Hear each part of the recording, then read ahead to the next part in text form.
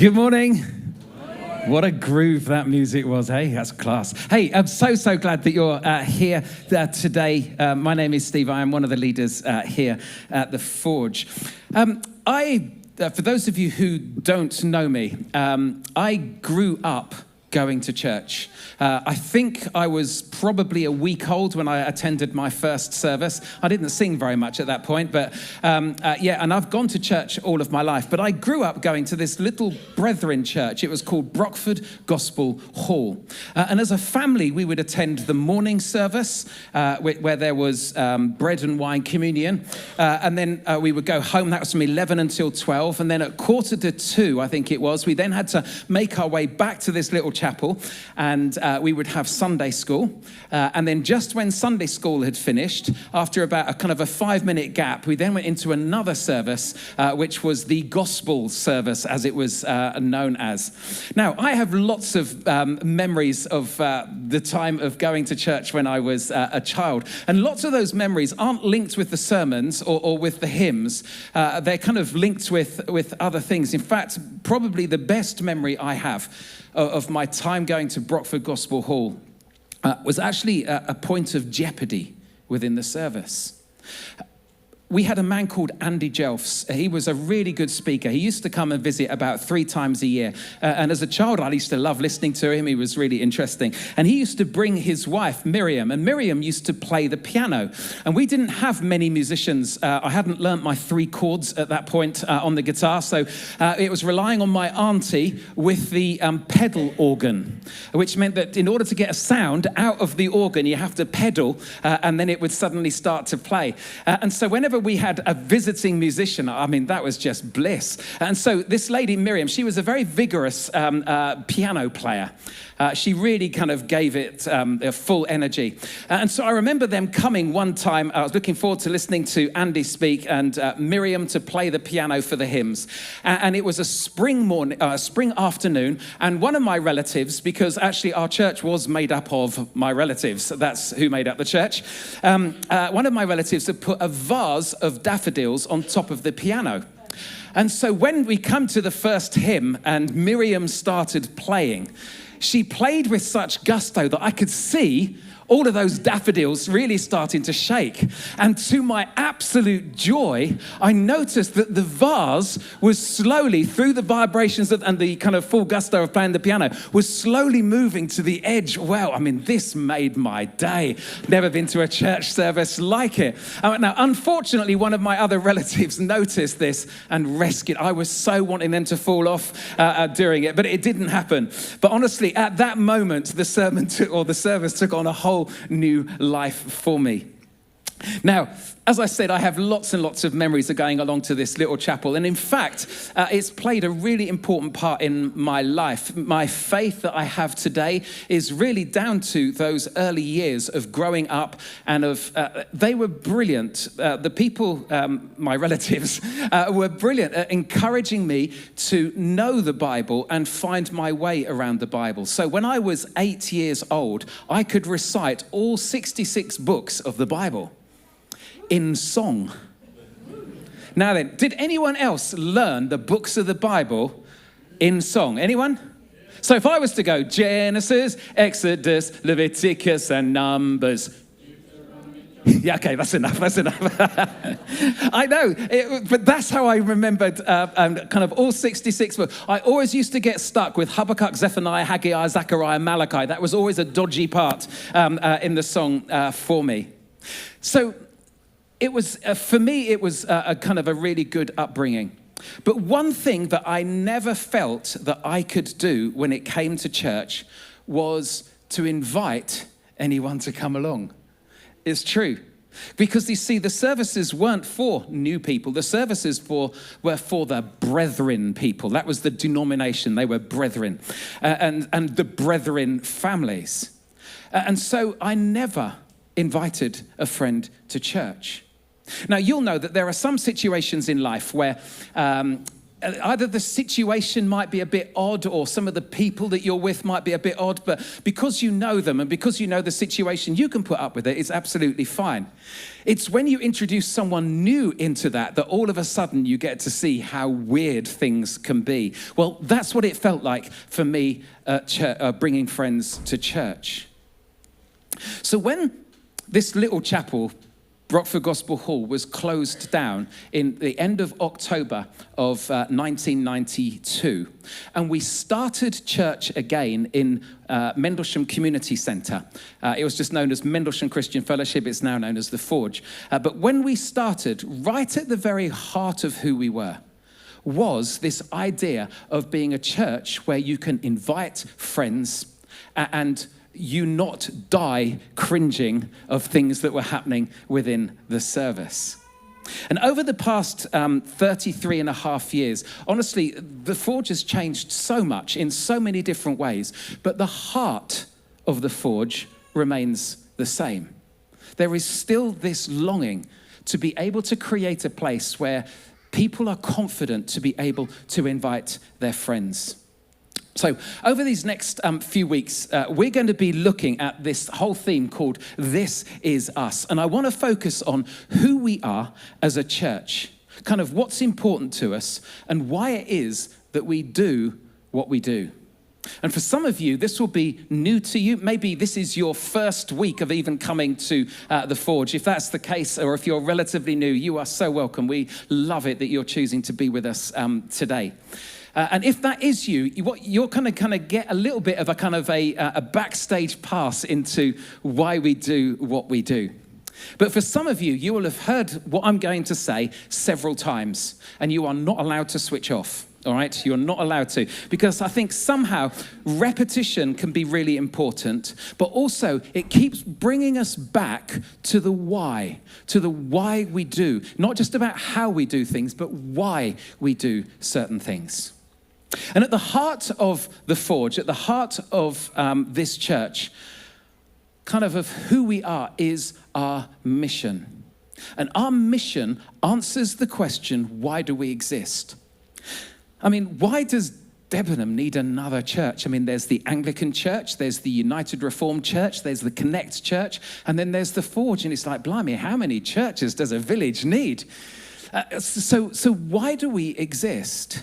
Well, this is our mission. This is why we're here. This is our purpose. It's to help people find and follow Jesus. This is our mission because this is why Jesus came. He came to seek out lost people who are lost in life, who kind of don't know where they're going, don't know their purpose. And for those who are lost, not spatially, but relationally when it comes to God, they don't know God. They feel as if God is distant and if he's there at all. There was a time when Jesus was traveling through a town. The town was called Jericho. And as he was making his way through, there was a man. He was a very wealthy man. He was known as a chief tax collector. And basically, he was part of kind of the Jewish authorities who were contracted by the Romans, because Israel at this time had been overpowered by the Romans, to work for the Romans in collecting taxes from their own people. And so tax collectors were hated because the way in which they made their money was to charge extra when it came to taking in the taxes, which meant that they could pocket the money and therefore become as wealthy as they dare push, asking for money from people. This system, this idea was known as tax farming. That was the term that was used. But it allowed them to overcharge people, and it meant that tax collectors were seen as dishonest, and they were seen as traitors because they were working for the enemy, for the Romans. But this little man, a man called Zacchaeus, he was very wealthy, he was very short, as in small, and he desperately wanted to see Jesus. Now, whether that's because Jesus was a kind of a celebrity and he wanted to get in on the act, we don't know, but he desperately wanted to see Jesus. And because he couldn't see Jesus because he was short and the crowd was there in front of him, I bet some of you have been to concerts and it's been like that. Some bloomin' tall guy stands right in front of you so you can't see. Well, that was for Zacchaeus. And so he climbed up a tree in order to be able to watch Jesus as Jesus walked by. And when Jesus came, this was extraordinary. This took Zacchaeus by surprise. This is how Luke records it. He said, "Zacchaeus," Jesus said, "quick, come down. I must be a guest at your home today." And Zacchaeus quickly climbed down and took Jesus to his house in great excitement and joy. Now, whether he was excited because Jesus noticed him and recognized it, or at least knew his name, I mean, how did he do that? Or whether it was because he was wealthy and thought, well, it's inevitable a celebrity would want to come to my house. We don't know the reason why he was so excited. But what we do know is that the people around were not happy. They weren't happy at all. This is what Luke records. But the people were displeased. He's gone to be with the guest of a notorious sinner, they grumbled. In other words, in their eyes, Jesus was spending time with the wrong person. This guy's a bad one. He's a traitor. This is not who Jesus should be mixing with. But in conversation with Jesus, and we don't know what Jesus said to Zacchaeus over their tea together, but something changed in the life of Zacchaeus. Suddenly the trajectory and the direction of his life radically changed. This is how it goes on. Meanwhile, Zacchaeus stood before the Lord and said, "I will give half my wealth to the poor. And if I've cheated people on their taxes, I will give them back 4 times as much." So Zacchaeus didn't just believe in Jesus. I tell you, he believed Jesus. In other words, he redirected his life towards following what Jesus wanted for him. And Jesus responded in an amazing way. Jesus responded, "Salvation has come to this home today. For this man has shown himself to be a true son of Abraham." And then if you want a verse as to why we as a church exist and what our mission is, it's this next one. Jesus said, "For the Son of Man," that's the name that he gave for himself, "came to seek and to save those who were lost." Now, if that is Jesus' mission, if that's why he came to earth, and the church is now Jesus' representative here on earth, if we're the body of Christ, as a man called Paul calls the church, then our mission should therefore be the same as Jesus' mission. To see lost people found, people who don't know God, discovering God for themselves. And if you were to read an account of Jesus' life, which you can do, if you don't have a Bible or if you're not used to reading, we have Mark's Gospel down here, which is an account of Jesus' life. If you read through that, you can pick one up and take one for free. You can read through and you'll discover that Jesus, time and time again, would just talk to people and say, "Will you follow me? Will you follow me? Will you follow me?" That's what he was calling them to a different life with him. So that's our mission as a church, to help people find and follow Jesus. And we have a vision, in other words, something which we see in the future that we want to try and pull into the present. And our vision as a church is this. It's to be a church community that unchurched people love to be part of. If you were to go to any church in the UK, probably around the world, and say, "Are you about helping people to find Jesus and to follow him?" They might have different wording, but it would be very similar. I mean, that's basically the mission of the church. But what this vision does, this vision marks us out from the church that I grew up in. Because you really had to believe and you had to be good brethren people if you wanted to be part of the church. This is what sets us apart from many different churches' approach when it comes to the mission. It's our USP, our unique selling point. We're not selling anything, but you understand this is what kind of sets us apart as a little bit different. Because we want to be such an attractive, welcoming, inclusive, loving community so that when people encounter us, if people come to a service or to an event, what they find is that they are welcomed, that they are included, that they are loved, that they're not judged in any way. In other words, we want to create a community, here we go, a culture where people can belong before they believe. Creating a culture where people can belong before they believe will shape how they journey towards faith. This is key, I think. This is so important because what it does, it allows time for people who aren't used to coming to church or maybe gave church a go years ago but then kind of scrapped the idea, that in coming back, it enables them to experience God's love in action through a community, through our community, and slowly taking on board the things which they are hearing or through the Sunday talks or through Alpha or whatever. And we don't want to put anyone under pressure to believe. We want people to belong. So we don't want to pressurize people because we hate that, don't we? If you've had a double glazing salesperson coming into your home, you'll hate it. If you're a double glazing person, you're like the tax collector. You're not liked. I'm sorry, you're just not. No, not really. But to have 3 hours of this person trying to sell us bloomin' double glazing, I tell you, it was awful. The pressure. I just don't think that works at all. I don't think it's good. But we do want to persuade. We want to persuade people towards discovering Jesus for themselves. We can't make anyone believe. We just can't.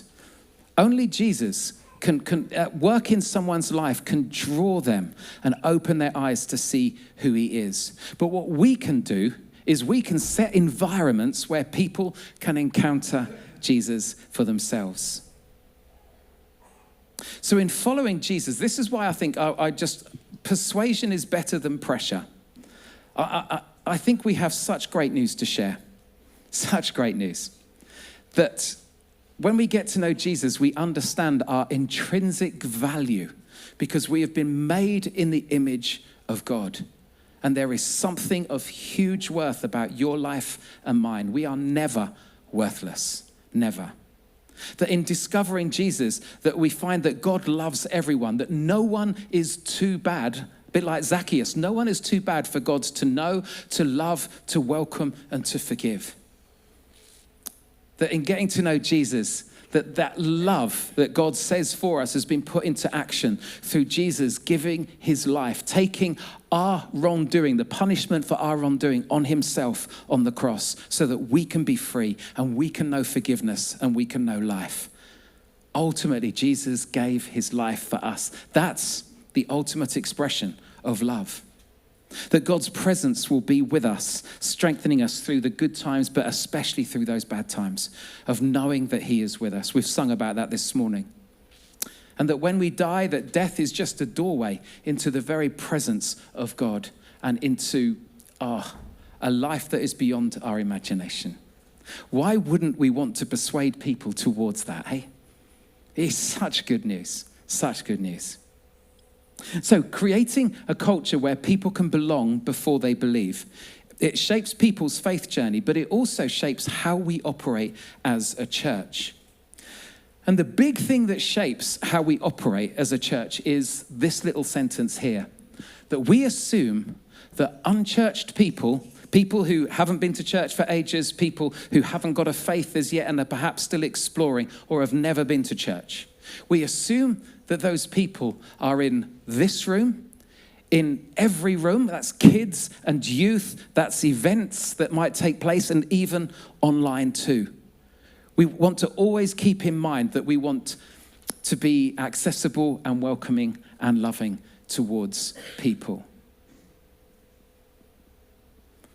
Doesn't mean that we only cater for unchurched people. That's not it at all. But we want to be a community of people that keeps those people in mind when we plan, when we prepare, when we host services, when we gather like this.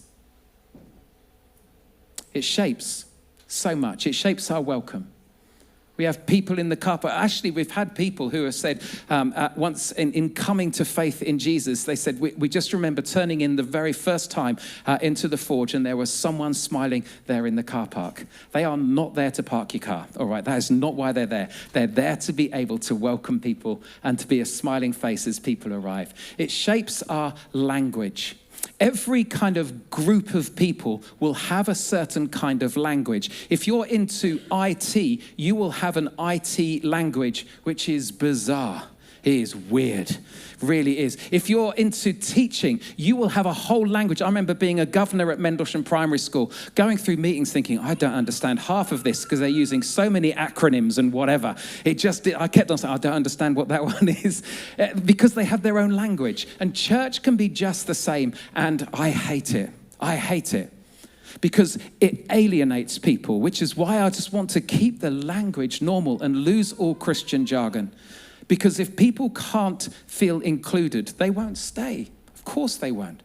Which is why we want to keep one kind of everyday, normal language. So it affects our language, our welcome, our approach, our teaching, and our music. Matt Brown, who's playing bass, who's our local and global director, he leads a camp in the summertime at Sizewell. And there were some young people from a church a long way away from here who spoke to him and asked him what he thought about the Forge playing secular music in their services, implying that it's wrong to do so. I mean, why start with an Ed Sheeran song this morning? Well, it's because when we start our services, we often want to do something that's either fun or familiar that helps people to relax. You might not like Ed Sheeran. What is wrong with you? But if we bring a friend, when they walk through, honestly, when people come to church for the first time, I am so in awe of them just because of the courage of walking into a place where they don't know people and don't know quite what's going to go on. So if when the service starts, they hear something that is familiar, something that they recognize, it helps to relax and helps put people at ease. So we don't do feature songs every week, but I love it when the band do it, partly because I love music. And so I just love to see the guys playing and singing so brilliantly. But also, it brings both people who are used to church and people who aren't used to church together in that one moment. I've got down there that it also shapes our teaching. When we assume that people who don't have a faith, who aren't used to church, are part of our community, it means that we don't assume that people know the Bible or know their way around the Bible or know the context or the stories in the Bible. And so part of our role as a speaking team is to always explain. And if you're used to listening to the Bible and been going to church, you might be sitting there thinking, why are they going over that again? Well, we're going over that again because some people don't know. And it's really important that we want to be able to include people and help them to understand what is being said. So it shapes, as I said, it shapes our language. It gives those people who aren't followers of Jesus an opt-out. If Jesus tells his disciples to do something, well, it's his disciples that are to do it, not everyone else. Why should we expect everyone? I mean, I think people will benefit if they do, but they don't have to do it because Jesus wasn't talking to them. So therefore, we want to be able to explain that. And so it really does shape everything that we do as a church. All this applies across the board for kids, for youth, for adults, our local community work. Let me invite Tim. Would you mind just coming back up again? Tim is our next gen director. In other words, he oversees our kids and our youth work. You've been doing that since 2018, 19? If you say so, yeah. Something like that, isn't it? That's right. So, Tim, look, you're really familiar with what I'm saying. Well, you ought to be. Yeah, that's right. So how does this apply to our youth work and to our kids' work? Yeah, it shapes everything we do in lots of different ways. Obviously, our kids and our youth meet in different places. I think we've got 6 different kind of groups that they meet in through Sundays and midweek. And we do that because we want kids to kind of feel welcome in what they're doing. So they're there with people that are the same age as them. And so it's an easy environment to kind of to grow friends with each other, to kind of grow in their faith with each other. And it's a welcome environment for them to be in. It's why we have amazing leaders that can kind of help them journey through that together. It's why we have, as you can see on the screen, like a pool table or an Xbox or a table tennis table, because we want it to be a welcoming environment, an easy kind of environment for someone new to church to come into. It's why we do things like our residentials, because actually that's an opportunity for friendships to kind of develop and grow, and connection and community to grow. And I know that's something in my faith is so important in my journey. It's why we do things within schools work and the base, because actually we really want people to understand that church is something more than just a Sunday. It's a really good opportunity for them to kind of trust and kind of respect those people that are leading there, to kind of help them in their own connection with church. So there's lots and lots of reasons that what we do is shaped by our vision and our mission as a church. So how are you seeing God at work amongst the kids and young people? Yeah, I'd like to share 3 stories, if that's okay. And there's lots more stories that I could share as well. But the first story is of Amelie. So Amelie, a few years ago in Kids Church, we did a scheme where Emily gave each child £1 towards our hamper scheme that we run here at the church. And she encouraged them to kind of turn that pound into something bigger. So Amelie decided to make some bookmarks, and she made a load of bookmarks, and she sold them on to friends and family and neighbours and all those kind of things, all to kind of make a bit more money for the hamper scheme. And that just shows me that she gets it. She gets that why we do what we do, and I think that's something that's so good to hold on to. The second story is of a social that we run a number of years ago within the base that we do. And we went paintballing, and that's good fun. And I went along, and just about a time where one of the kids was with Matt, our old youth director here, in the trenches with bullets flying over their heads. And this is a kid that comes from the base, unchurched in some ways, doesn't know much about faith. And he just turned to Matt. He took this as an opportunity to turn to Matt and say, "What is church?" And Matt was like, "Oh, great, thanks for asking me that right now." But he just turned to me and said, "Well, do you know what? This is church. This is church, because we're here together, we're spending time together, we're in community with each other. This is what church is." And this young lad turned to Matt and was like, "I love church." And I think that's just great, isn't it? That's just a simple way to show that actually it's not just about being here at church on a Sunday. The third one, like I said earlier on, I truly believe that connection, community is so important. And that is the reason why we do a lot of what we do, especially within our youth environment. And we've got an older youth group for those that are in years 11 to 13, so 15 to sort of 18-year-olds. And do you know what? It warms my heart when they connect with each other outside of the events that we put on for them, that they are so connected within friendship groups, that they hang out with each other, that they go to things together, they invite each other to their birthday parties and all those kind of things. And just a couple of weeks ago, Ria, who's one of our amazing leaders, her and Tim lead that group on a Monday night. She got a text from one of the girls, Daisy. Daisy just said to us, she said, "Ria, I would just love it if we could hang out together as a group and just worship together.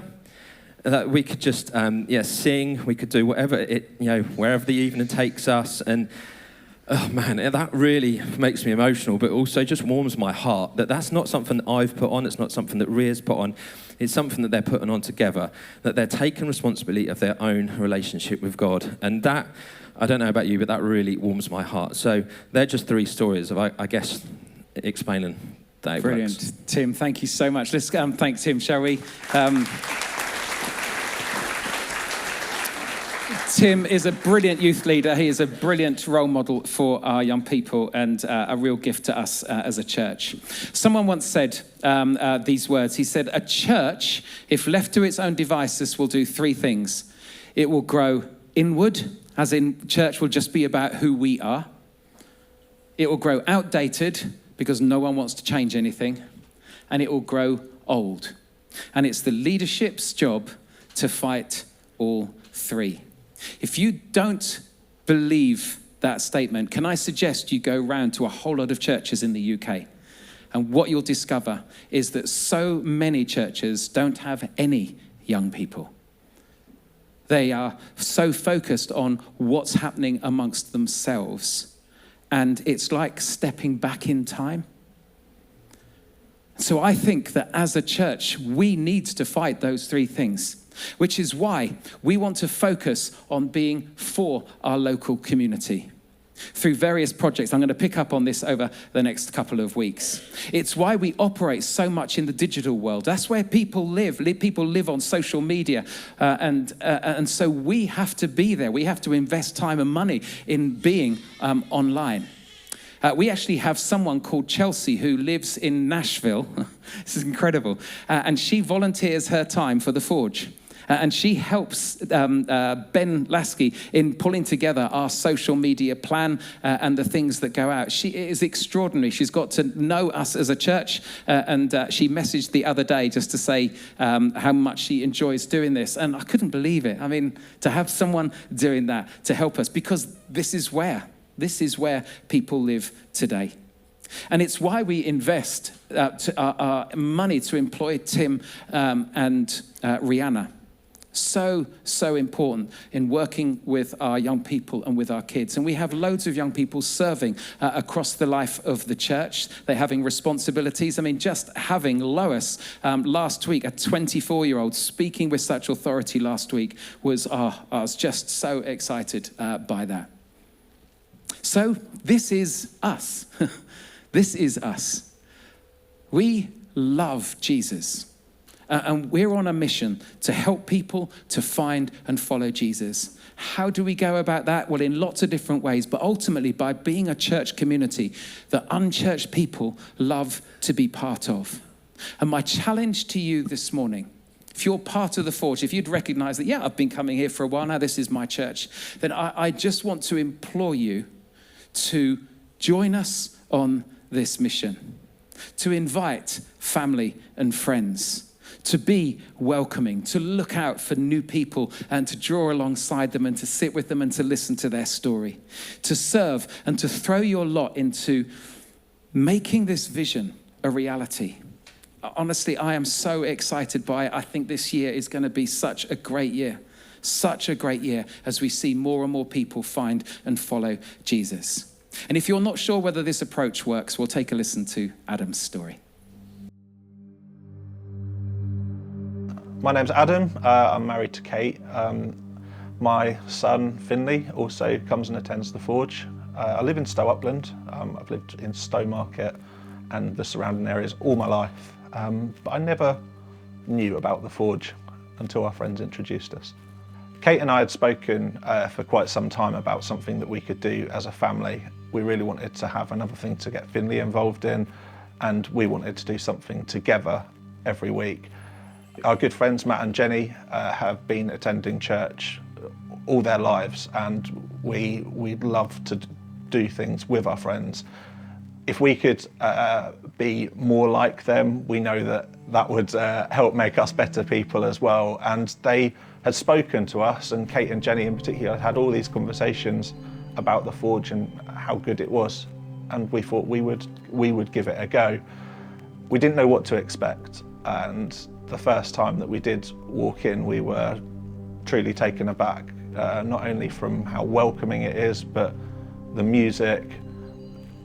The whole experience was not what I had in my mind of what a church is. And I think that helped bring me back week after week from beyond that point. And besides that, we were building up a social core, which is exactly what we wanted, whilst having that time together as a family. It was really helpful to be able to take time without distractions to reflect on the week that had passed. I always found that the talk that would be given would give me moments to reflect in some meaning behind and some purpose really in what had happened in the week. And Kate and I would go away and we'd be able to talk about that together. So before coming to the Forge, I don't think I can say I had any relationship with God at all. And I'd outwardly say I'd almost be like a fair weather Christian, where I would go to church at Christmas events really, and we might attend for something for Easter. But again, those things were shared with friends, and it's something that we would do almost out of tradition rather than something because of faith driving us there. When I was a child, I did attend church, but that set in my mind a tone of what church is, which I've later found it not to be. And those sort of experiences I had when I was younger had put me off attending as I grew up and as I got older. Which, looking back now, is a shame, because what I've sort of learned through the Forge is that faith looks different to different people, and exploring it elsewhere would have maybe helped me find something sooner, which I'm really enjoying now and getting so much out of. Alpha introduced me to faith in a much deeper level than maybe I'd explored before, and it enabled me to ask questions and get answers from other people around the room by sharing experiences. I think it took me from a place where maybe at times I was not comfortable, and also I was quite sceptical of some things. I like having a time in my day now to sit back and think quietly and reflect with Jesus about what is around me. So it's been an absolute pleasure to serve at the Forge. I've started doing stuff with the audio team. I have found that there's so much to it, and it's so complicated, but it's amazing the pride of work people take. What I've also done with that is made a great little community of friends. Steve and Rudy, the work that we do there, Mark when he comes in, the people that are actually on the worship team. It's just been so nice to get involved and have another social circle.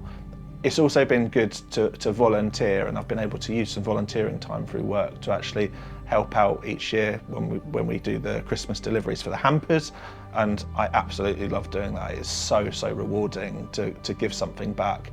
It's so nice that the church are able to organise so many amazing events where we do give back, and just to be part of that, I see as a real privilege that I can have a space to help out there. And the Forge has made a real positive impact to our family life.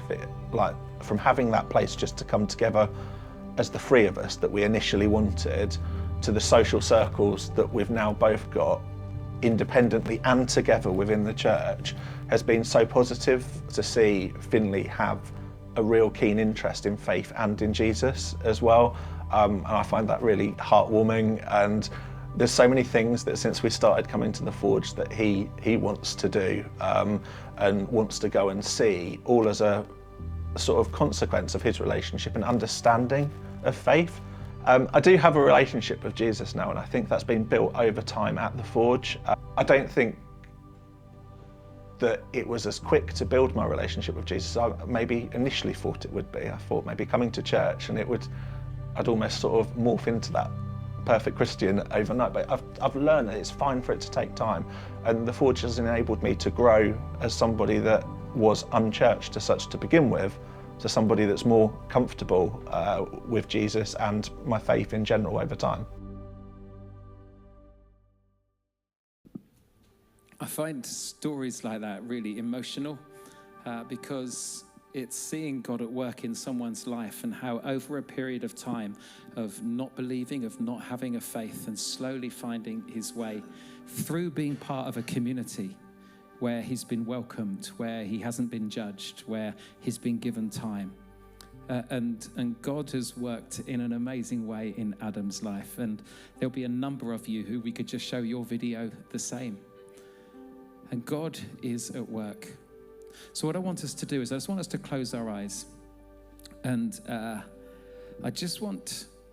want you to consider, who's the one person? The person who you know well, who respects you, just like Adam did with Matt and Jenny, that you could be praying for and saying, God, would you give me an opportunity to invite them to church so that they can belong before they believe, but ultimately find that journey of finding you. Who's that one person? Maybe just pray a very simple prayer in your mind for them right now.